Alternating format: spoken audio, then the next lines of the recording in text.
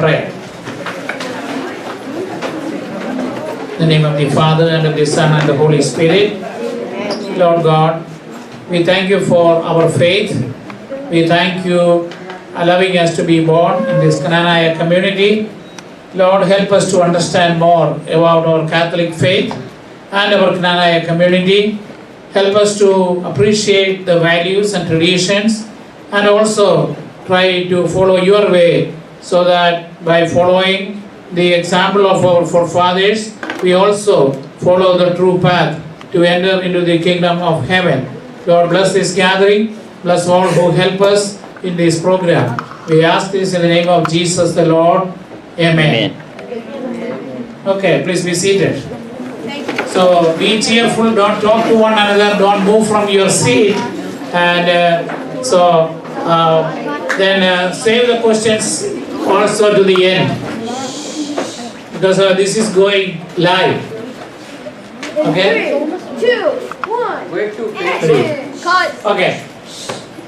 So we are going to study about the history of our community, where our ancestors came from, and what we are, what is our future, and what kind of traditions we have. So this is about, the story is about the migration, because we have migrated from India, right? And America is a country of immigrants. There were only few native people here. They also came, because all the people came from the children of Noah. Abraham, then he had different sons and daughters, and then all people committed sin. So God selected only one person. Who is that? Noah. Okay. Now when I ask you, all of you can respond. So Noah. And Noah had how many children? How many sons? 3. So Noah, his 3 sons, total how many? 4. And then their wives. So how many? 5. Noah, 3 sons, 4. All of them have wives. So how many? 7, 8. So only those 8 people were saved. Everybody was wiped out. So we are all the descendants of the Noah's 3 sons. So even the natives in America, they all came from the sons of Noah. So they spread all over the world, and so we will trace whose son we are. Noah had 3 sons, Seth, Ham, and Japheth. Seth is the chosen one, the elder one. Always the elder one, normally the elder one is the chosen one. So we are the descendants of Seth, because from Seth came the Israelites. So we are from the Israelites, and the Israel means Jacob. Jacob's name is Israel. Jacob had 12 sons, and out of the 12 sons, 1 son was a royal son. The royal son means from him came King David, King Solomon, and others. And so, from which tribe did he come from? Anybody know? The tribe of Judah. So, the tribe of Judah. And we also inherit from the tribe of Judah. That is why in our traditional song it says Rajamakkal. Rajamakkal means children of the kings. So that means we are a royal tribe. So we should understand that. So we have a royal blood running in us. Okay, so that is the story that we are going to say. So the Israelites were divided into the northern kingdom, the Israel, and the southern kingdom, Judah. Judah is the royal kingdom. And then out of the Judah, the Assyrians came and invaded the north. They took them as captives. Then the Babylonians came and took the Jews, the Judah tribe, and they took them to Babylon. Babylon is the place where they had the Tower of Babel. Abraham came from Babel, and the ancestors were transported to Babylonia, and then under the priest Ezra or prophet Ezra, and then Nehemiah, some of them came back to Jerusalem and rebuilt the church and the temple. But our others, main people were living in Babylonia, which is the present Iran, that area. Our ancestors came from that Jewish people, because the St. Thomas disciples came and they preached the gospel. So our ancestors came from the Jewish Christians who were converted by the disciples of St. Thomas. So St. Thomas came to India and preached the gospel, and then another Thomas came to India. And we are talking about that person. You have seen this picture several times, right? Yeah, his picture is in the community center and in many of our booklets he is there. So he is dressed like a Persian because people in Mesopotamia they were dressed like this. That is why during the wedding our uncles they wear a kind of turban. So that is a kind of royal privilege. Then this shows that the scripture, and he is a great leader. So in the 4th century AD, 4th century, anybody know what year was the Knanaya migration? Yeah, you can all say to her now. 345, 345, it's easy to remember, right? So in the year 345, as a 4th century, a merchant came to India. Why they came to South India? Because there were a lot of items available there. Because this is, there are some resources available in Mesopotamia at that time, and there are different items available in South India, in Kerala. You have gone to Kerala, right? It's all green. There are plenty of plants, plenty of spices. There are different animals like elephant, peacock. So they used to bring items from there and then bring the items from the Middle East to India.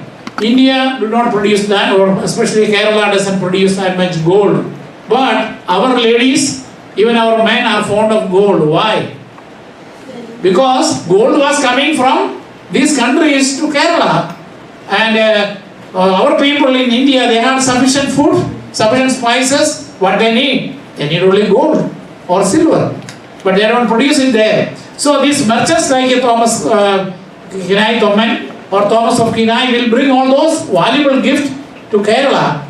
Give them gold, give them silver, give them other items, and buy some items from Kerala. So now you know why the secret of our ladies wearing too many gold, right?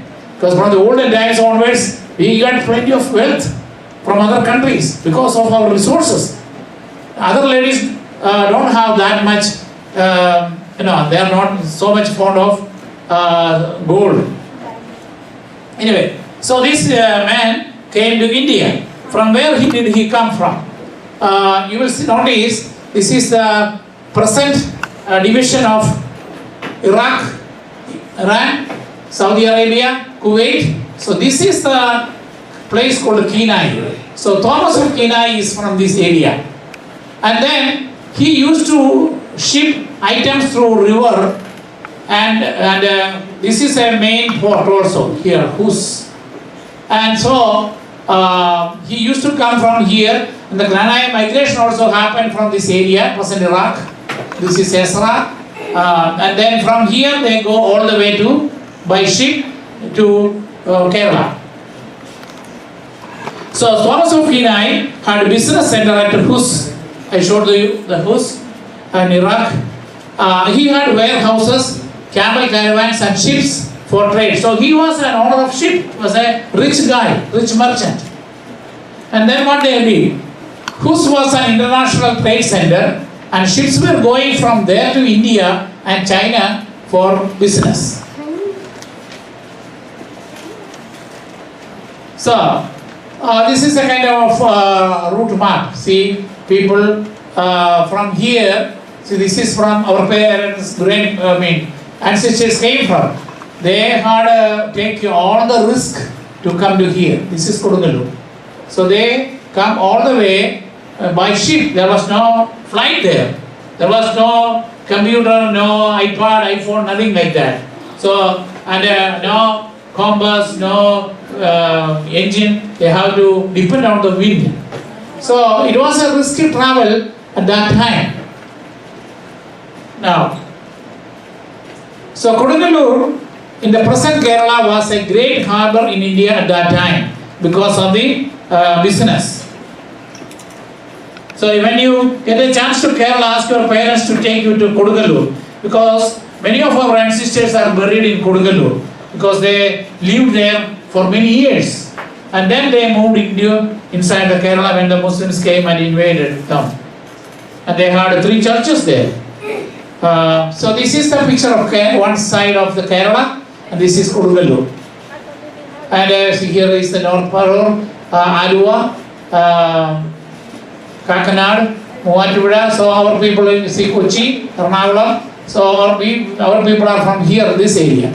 But at that time, they lived here, and then the Muslims invaded them by ship. They went into the interior part of Kerala. You follow me? Now, Thomas Knanaya brought dates. Here is the dates, right, on the right side. Then the grapes and other products from Mesopotamia. Because they are bringing not only from that, they were getting other items from Europe. So who sees a trade center, they bring items from India, they sell to merchants from other Greek or other cities around the Mediterranean Sea, and then they get those items from there, they ship to India. So it's a kind of international trade. So from India what they get? Pepper. See, people here like pepper because these spices are good, healthy items. Cardamom, ginger, and all kinds of spices. So they from India they brought pepper, cardamom, ginger, and all kinds of different spices. So when you go to Kerala, you can see all these kind of plants and trees. Also, we were good in ivory. At that time, ivory was not prohibited. The tusk of the elephant. That was a kind of business because the kings will decorate their palace with ivory. So ivory, peacock, then sandalwood. So he found market in Mesopotamia for items like ivory, peacock, sandalwood, teak wood that were plenty in India. Then India had a background that the church in India was established by St. Thomas the Apostle. We are celebrating his feast tomorrow, his martyrdom. So the people, though St. Thomas came in the year 52, he died in the year 72. So how many years he was there? 20 years. So from 52 to 72, St. Thomas was there. And then he established 7 churches and small communities. But later, they began to decline because there was no bishop to continue ordaining priests. And they had persecutions from the native people, the Hindus. And so they began to decline. But there were Christians there. So when St. Thomas of Knanaya came there, he found that there were Christians there. See, St. Thomas had preached in the Iraq or Mesopotamia area, and that is why Knanaya Community also got the name Thomas after the Apostle Thomas. And this Thomas found that there were Christians with the name Thomas and other people there. So they contacted, and then they asked, can we get bishop and priest from your country, which is from Mesopotamia. At that time, Mesopotamia was very wealthy and also a center of Jewish Christians. It's a Babylonia. So Jewish Christians who were the Jews who were expelled from Jerusalem, brought by Babylonians, they are living. Then they were converted to Christianity, and those people were there. So St. Knanaya Thomas of Knanaya, went to his church and reported that issue. Then the head of the church, Sahados, you see, this is the Persian style of bishop's dress. So God appeared to the bishop Sahados of Seleucia in a dream, asking him to help the church in India. So what he did was, he held a synod of bishops, priests, and lay people and consulted with them. So Bishop Sahados, in consultation with the church leaders and merchants, why did he consult with the merchants? Because how can he send missionaries? There should be transportation. Who has the transportation? Merchants, because they have the ship. So he contacted Thomas of Knanaya, including Thomas of Knanaya, And then in the synod they selected one bishop. His name is, what is the name of the bishop? Joseph. Remember all these things if you want the prize. Okay? Okay. The Joseph. And how many priests? 4 priests. Then with 72 families. Do you know why they selected 72 families? Because according to the Jewish custom, besides the leaders of the 12 tribes, there were 70 or 72 elders selected from different tribes. That means 6 leaders from each tribe. 6 into 12 tribes, how many people? 6 into 12, mathematics? 72. So thus 72 leaders were there, elders were there for the Jewish people. When Jesus re-established the kingdom of Israel, he selected 72 people and he had 12 apostles, just following the Old Testament pattern. So representing that, because this is a missionary migration, so they selected how many families? 72 families from how many? 7 tribes. 7 tribes means, you see, the Israelites have 12 tribes. So out of the 12 clans or families, they selected 400 people belonging to 72 families. So under the leadership of Thomas of Knanaya, they went to, for what purpose? To help the church in India. So these 72 families came ready to leave to India. So they have to sell their property, they have to take all their resources because they cannot take everything with them on the ship. So they collected all their resources and their friends and relatives came to the shore to see them off, to say goodbye to them. So farewell was very painful. That is why we have a traditional song. That means, and then that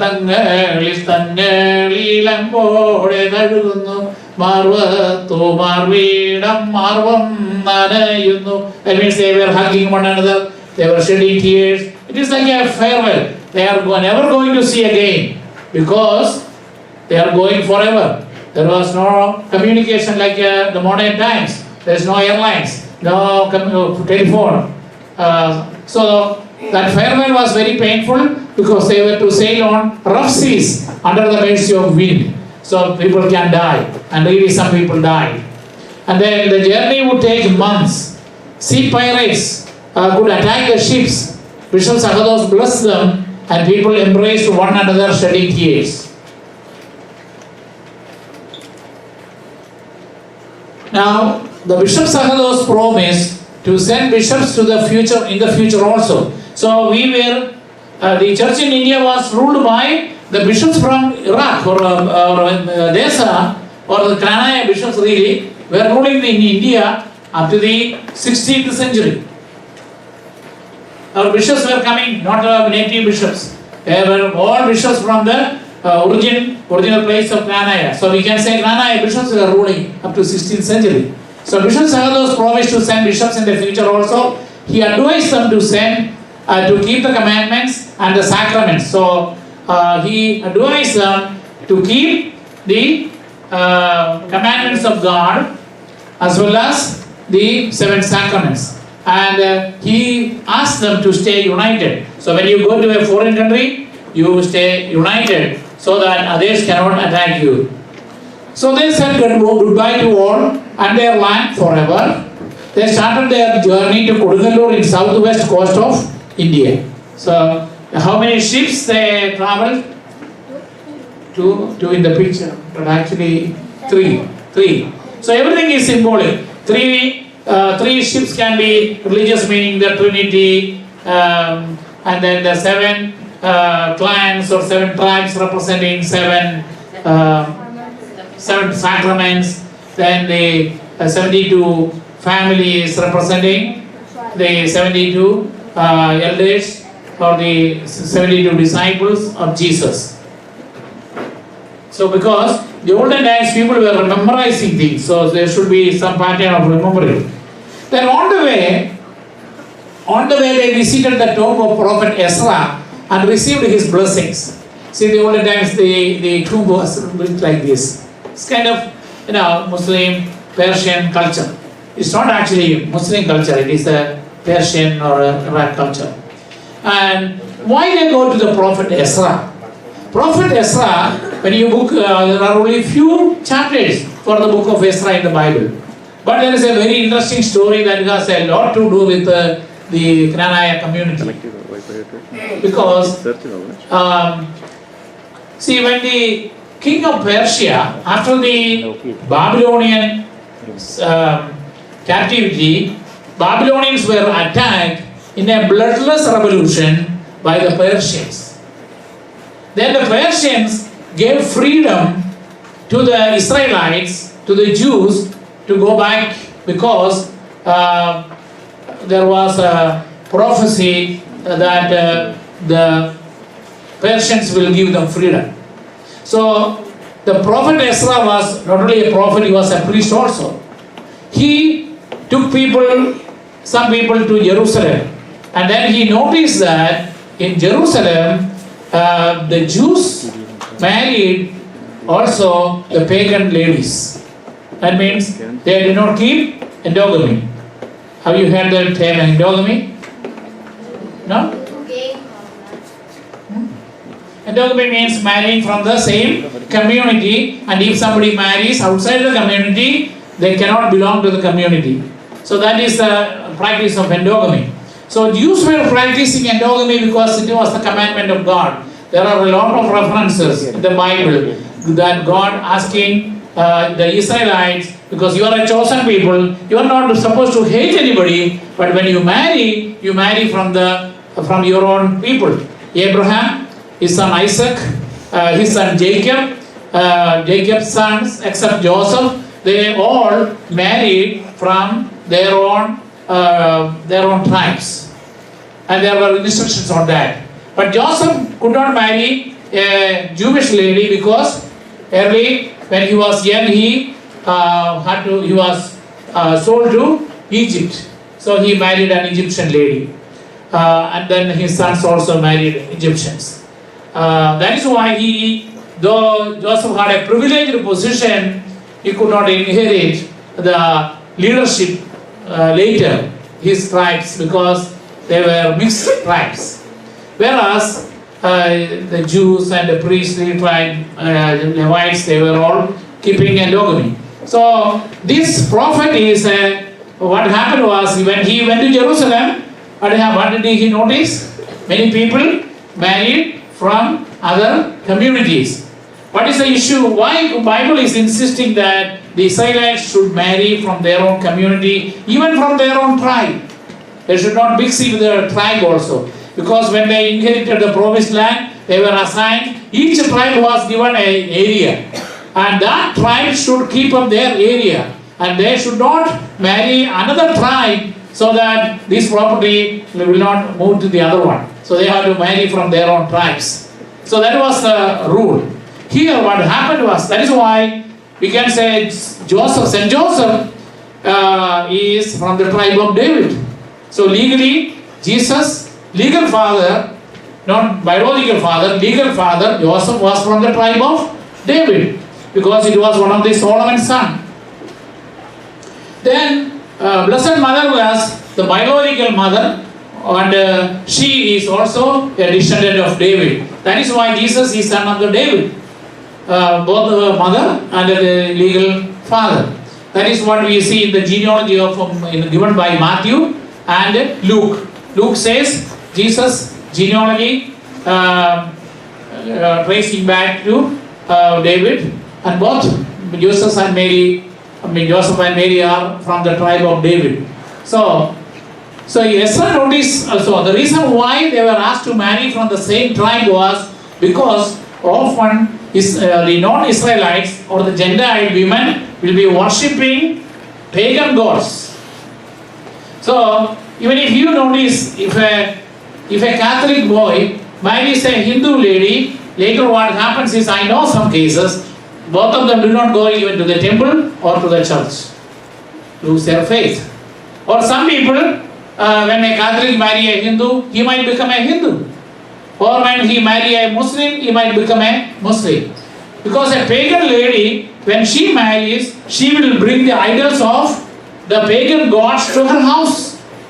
So they will have in one place the devotion to the true God, and in another room they will have a devotion for all the idols.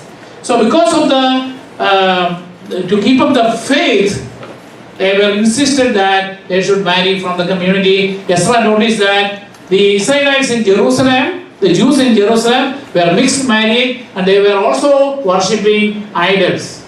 So what Ezra did was he consulted the elders, and then he said, he made a great decision which the Knanaya community follows. And the decision was that he said, you have to send your pagan wives and their children away if you want to be in this community. And many of them did. But some people objected. The Samaritans objected because there is a mixed race. And because they objected, Ezra could not complete. They completed the temple of Jerusalem, but he could not complete the wall around it because he got no written permission from the Persian emperor to build a wall. So because of that, the Samaritans complained to the emperor, just like our modern politics here. So the emperor stayed it. So he said no more construction on the wall. And so another leader, Nehemiah, has to get the permission from the emperor to build the wall. So that was resolved. So Ezra is a prophet who is strictly for endogamy.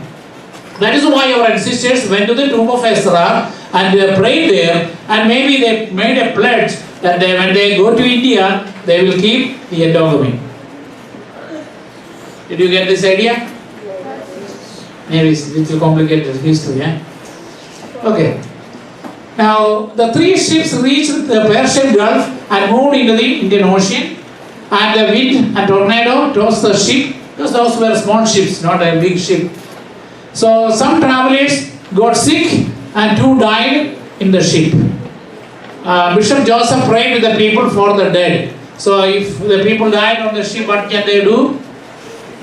Where can they bury them? The dead bodies were buried in the depth of the sea because there was no land. That is why at Kaduthurthi, a church, the oldest church we have now is Kaduthurthi. There on the day of the 3-day fast, they have a prayer facing the south, facing the ocean side, praying for the dead. It's a traditional prayer. So the voyage continued, and on March 7, 345 AD. So on which date?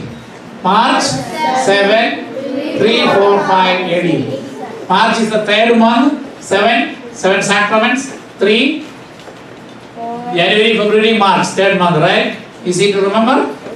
Okay, 3rd March, 345 AD. They reached at the port of, which is the port? Is that Kochi? Kodungalur. They reached Kodungalur. And so people thank the Lord for helping them to reach their goal. So the Perumal means the great king of the country of Chera. Chera is the name of the country. Had given permission for the arrival because Knanaya Thoma asked the permission formally because there was no visa, no passport at that time. So he sent his prince to the ship to welcome them. Prince invited newcomers to the king's palace, and the soldiers cheered them. So they were welcomed with the trumpets and horns. Thomas and party were given warm reception and a big banquet because on the ship they had a minimum food. Now they enjoy a good banquet. King welcomed the immigrants, signing each one's forehead with sandalwood paste. That's an Indian tradition. See, for the wedding, sometimes we use the sandalwood paste. It's an Indian tradition. Thomas presented the king with gold, see, gold, jewels, and precious stones. King gave them land to the south of his palace to build houses and the church. So when you go to Kodungalur, even now, you will see a fort called a Portuguese fort. because Portuguese people later took over our land, and our ancestors lived in that area. It is still under the archaeological department of the government of Kerala, and they are doing excavations there. If we are lucky, we will find the burial place of Knanaya Community. They were all buried in that land. So whenever we go there, we do an office for them, because it's a place of our burial. So you will see the place where the Chairman Perumal's palace was. It was in the south side. That is why we call in Malayalam Tekku. Tekku means south. We are called Tekku Bhagar or Sudish because our ancestors were living in that forest area that they cleared and made 72 houses. They were given permission to help the native Christians. That is the purpose of their migration. Thomas offered loyalty and military service of his people, and King welcomed, because the Knanaya people were also later soldiers, and some people were ministers of the king. King welcomed Bishop Joseph and allowed him to take care of the religious needs of the Christians in his country. So knowing that the immigrants were descendants of King David, see, I said royal family. So because we were from the descendants of the King David, Perumal granted them 72 privileges. Why 72? See, there is a biblical sequence, right? 72 elders, 6 representing 12 tribes each, and then Jesus got 72 disciples, and now 72 families are coming. Here we can use anything we want, like all the. But in the olden times, only the royal people could use, for example, elephant ride, some kind of special dress or drums, all those stuff. So they were, for example, all those stuff were privileges. So 72 privileges were given in a copper plate, written in a copper plate. There was no paper at that time.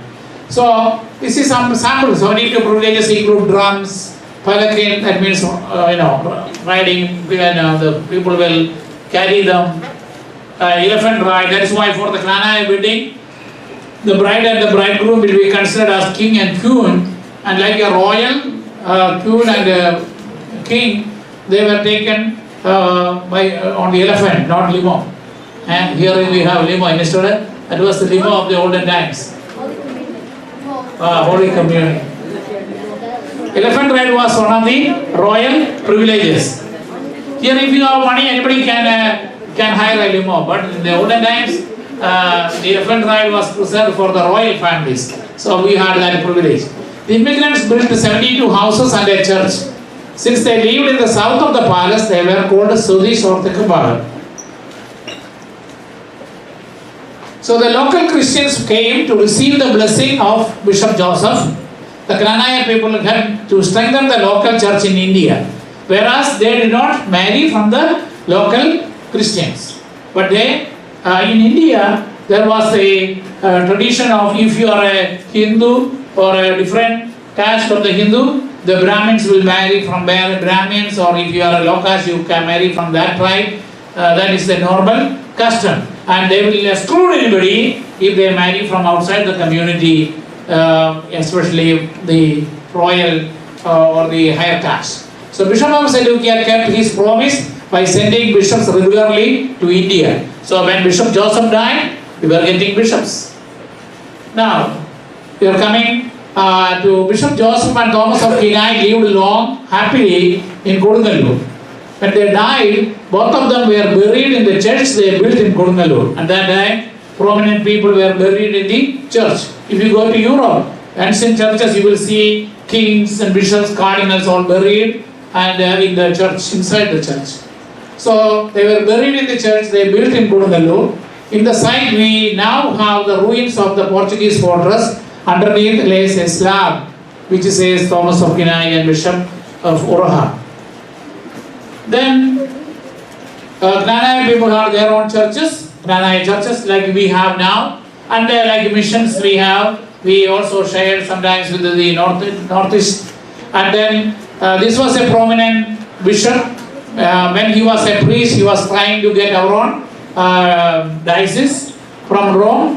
In 1911, when he was the bigger general, when he was the bishop of Chakanasheri, he was once vicar general, then he was made a bishop for the northeast and southeast in Chakanasheri.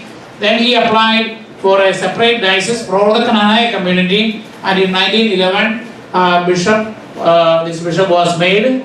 The Kottayam diocese for the Knanaya community was established.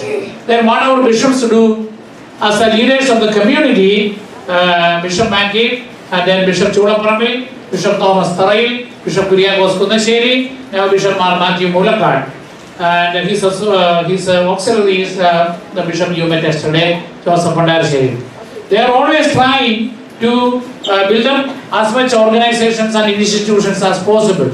So they have educational institutions, colleges, schools, and also medical facilities like Caritas Hospital and other hospitals. So the different welfare institutions, social service programs, job-oriented training, so that your parents and they could all educate well, get a good job, and have a happy life. Because education was given prominence.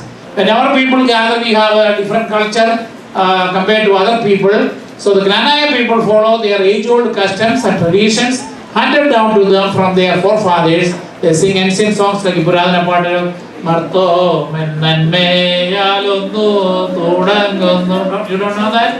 Okay, let us all sing together. Stand up and sing together. Okay, 1, 2, 3. Martho Menmeyalunnu Thudangunnu Nannai Varenameyunna Utthamenaya Misiha Thirullam Urmeyum Nalga Venam Kandishanaya Neyunnalli Vannittu Karpura Pandelagame Karenamaya Varellarum Kudittu Nanma Varuthi Tarenam Alahanayenum Anban Nishihayum Kune Tunekkayi Ivarkku. Okay, please be seated. So, when the Knanaya people get together, come together, we have a lot of things to enjoy. Our traditional songs, our Margangali. For our wedding, there are a lot of customs. We giving importance to all the uncles and aunts, or the mother, the father. So they have different customs, the unique features of the Knanaya marriage ceremonies. Other people enjoy watching that.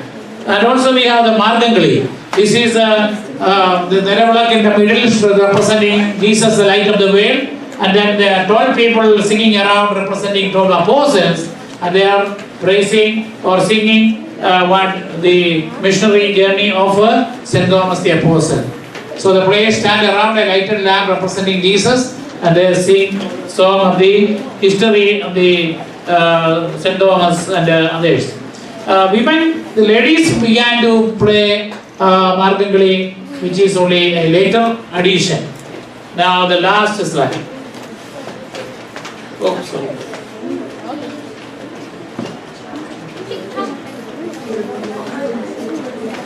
Okay, so our Knanaya traditions, we have the main tradition is our Catholic faith. So, if we say it's only not only just a Margangali or endogamy, the first thing is to keep up your faith. Because we say, not Knanaya people, we say Knanaya Catholic. And it is to spread the Catholic faith that the Knanaya people came all the way, taking the risky journey from Mesopotamia to Kodungalur. Okay? So the Catholic faith is important to us.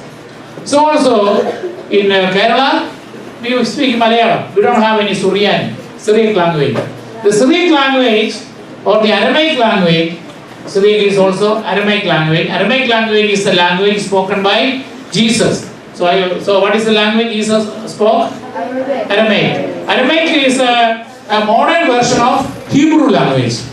The Hebrews, the Israelites spoke only Hebrew. And then, see if we can have old Malayalam, new Malayalam. So also Aramaic is the new version of the Hebrew language.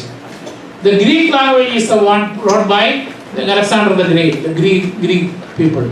So the Syro-Malabar, Syro stands for Syriac language. Malabar is the place of Kerala. So the Syro-Malabar liturgy is formerly known as Chaldean liturgy. Chaldeans are Abraham was the father of faith was from Chaldean area, and that is where our ancestors are from.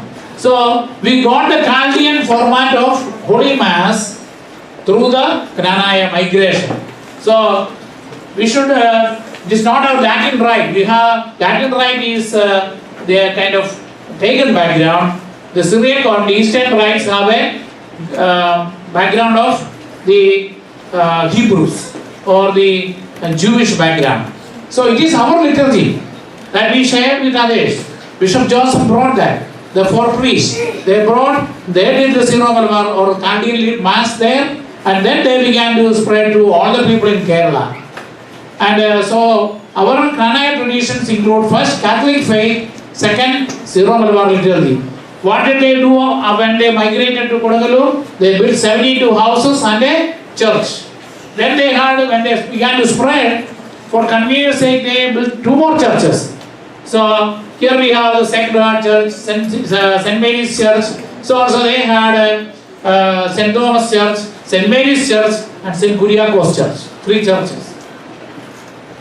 Say, which are the names of the 3 churches? St. Mary's, St. Thomas, St. Kuriakos. St. Kuriakos, no Sacred Heart Church. Fortunately. Okay.